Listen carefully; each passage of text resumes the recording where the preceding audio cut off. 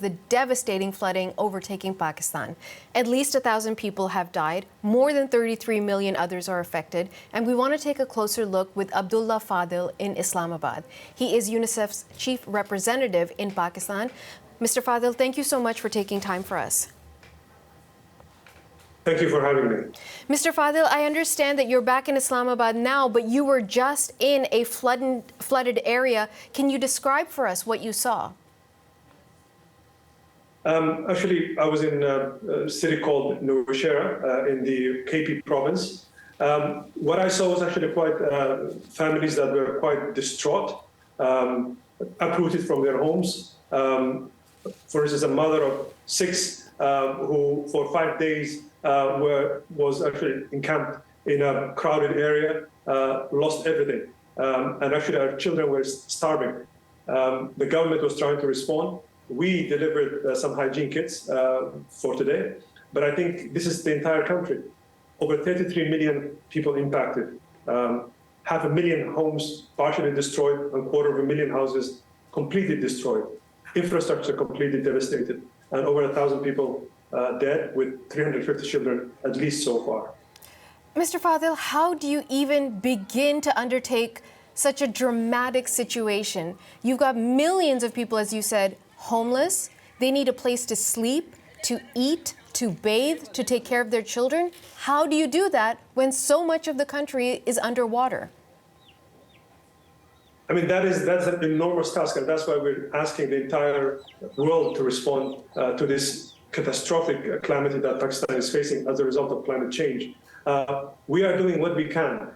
In Balochistan, we've provided water, we have provided water treatment systems, we have provided medical supplies, we've provided bed nets, vaccination, hygiene kits, but that's not enough. Actually, we also established some outpatient treatment center for malnourished children, but that's not enough. The UN has launched today with the government of Pakistan $160 million asked for immediate life-saving needs. And we need this money in the next few weeks, because in 2 months' time, the winter will start in Pakistan, and the misery will get even worse if we don't respond now. What will happen? And Natasha, well, what will happen is actually when the rains stop, hopefully, and the water stagnates, waterborne diseases will arrive. So all the cholera, dysentery, diarrhea, malaria, dengue fever, all of those waterborne diseases will follow, and more children will die unless we put in place all the necessary medical supplies and needs now, so that we can avert another disaster on top of this disaster. Mr. Fadil, let me ask you something as a representative for UNICEF and specifically children's concerns. What we often see in disasters like this in various countries is children become targets for predators. And so you've got children who might be abandoned, who might be outside of their homes, and they get swept up into human trafficking. They become subject to sexual abuse. There's just many opportunities for these children to be victimized in ways that we don't even associate with the floods. What is UNICEF doing to make sure that doesn't happen? Actually, Natasha, that's an excellent question. And that's why in UNICEF we're not only responding in the needs of communities, but also establishing child-friendly spaces. We actually have social workers who are addressing psychosocial needs of children. We have protection mechanisms that we put in place exactly to address this kind of issues. Of course, we're working with communities, and the government and the police, but this is something that we're actually quite keen on. Another thing that is also important is COVID already impacted children's education and learning. And this disaster now, basically wiped schools completely off the face of the earth, while other schools are now center for IDPs, displaced people. So we need to get children to start learning again and set up already temporary spaces for learning as soon as possible. Mr. Fadil, I know that the UN is asking for $160 million in aid for Pakistan. We are hearing from the Pakistani government that it would take $10 billion to get things back on track. And this story is very soon going to fade from the headlines. If the aid doesn't come and the support doesn't come as quickly as it's required, what will happen?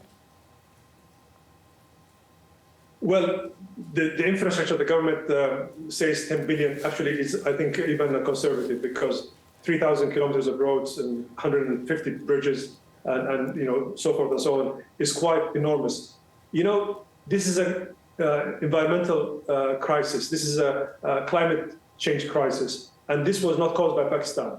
I'm a Canadian, and I think my country also contributed to climate change and benefited from our economic growth was based on our industries. So countries like Canada and the Northern Hemisphere need to now contribute to countries that have not benefited from the impact of the economic crisis, climate crisis, and now support countries like Pakistan and other countries downstream who will suffer. So it's a humanitarian crisis. It's a crisis that will actually hit almost every country. You've seen what happened past summer in British Columbia, for instance. I remember while I was in Ottawa. So it's something that needs to demonstrate our humanity is intact, and we are going to respond to every needy child, whether they are in Kyiv, Kharkiv, or Mekelle in Tigray, or in Quetta in Pakistan. Mr. Fadil, I don't want to gloss over the fact that you just mentioned that you too are a Canadian citizen. We are very honored that you have made time for us and that you are representing Pakistan at the UNICEF. And when you come back home to Canada, sir, come join us in studio. Thank you so much for your time. I'd love to do that. Thank you. Thank you, Natasha. You're very welcome. Abdullah Fadil is UNICEF's representative in Pakistan.